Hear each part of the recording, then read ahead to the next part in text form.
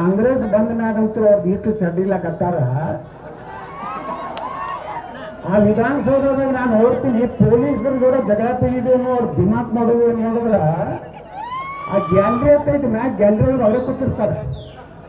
ಎಲ್ಲ ಅದೇ ಕಂಪನಿನೇ. ಅಂದ್ರೆ ಸಿದ್ದರಾಮಯ್ಯ ಅಂದ್ರೆ ಅವ್ರ ಗುರುಗಳಾಗ್ಯಾರ, ಹಾಲ ಮತದ ಗುರುಗಳಾಗಿ ಉಳಿದಿಲ್ಲ ಅವರು. ನಾ ಸಿದ್ದರಾಮಯ್ಯ ಹೇಳಿದ್ರೆ ಮಂಡೆ ಮಿಸ್ಟರ್ ಯತ್ನಾಳ್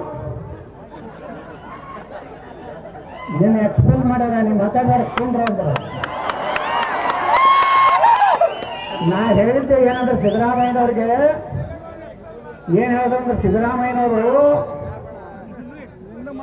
ಹಿಂದೆ ಬಿಜೆಪಿ ಬೊಮ್ಮಾಯಿ ಮತ್ತು ಯಡಿಯೂರಪ್ಪ ಸರ್ಕಾರ ಇದ್ದಾಗ ಬೇಕಾಬಿಟ್ಟಿಯಾಗಿ ಖರ್ಚು ಮಾಡಿಬಿಟ್ಟಾರೆ, ಆ ಸಾಲ ನಾ ತುಂಬ್ತಾ ಇದ್ದೀನಿ ಅಂತ ಹೇಳಿ.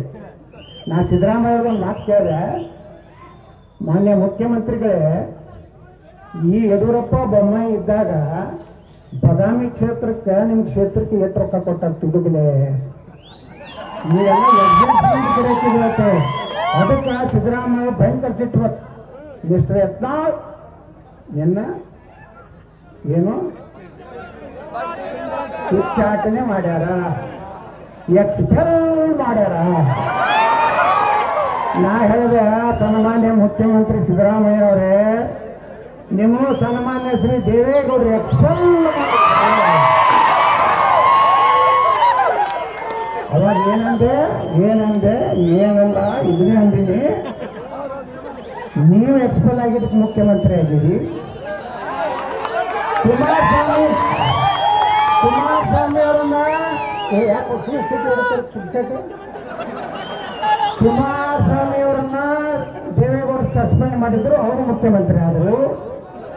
ದ ಗ್ರೇಟ್ ರೈತನ ಮಗ ಖುಷಿ ಬಜೆಟ್ ಕೊಟ್ಟಂತ ಧೀಮಂತ ನಾಯಕ ಯಡಿಯೂರಪ್ಪನವರು ಬಿಜೆಪಿ ಸಸ್ಪೆಂಡ್ ಮಾಡಿದ್ರು, ಅವರು ಮುಖ್ಯಮಂತ್ರಿ ಆದರು. 2028 ನನ್ನ ಪಾಳೆ ಇತ್ತು.